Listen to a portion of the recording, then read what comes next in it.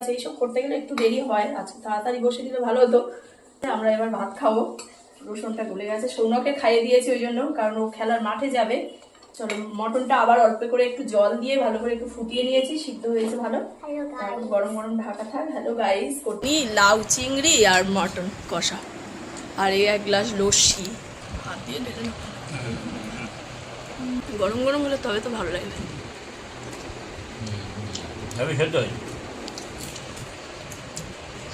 সিদ্ধ তো হবে, আবার একটু জল দিয়ে ফোটালাম হাঁড়িতে, 2 ঘন্টা পুরো টাইম লাগে।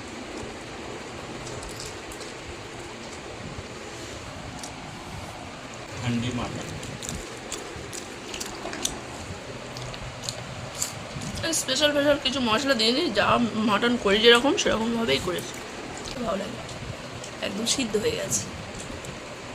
আমাদের একটু রসুনটা দিয়ে খেতে ভালো লাগে।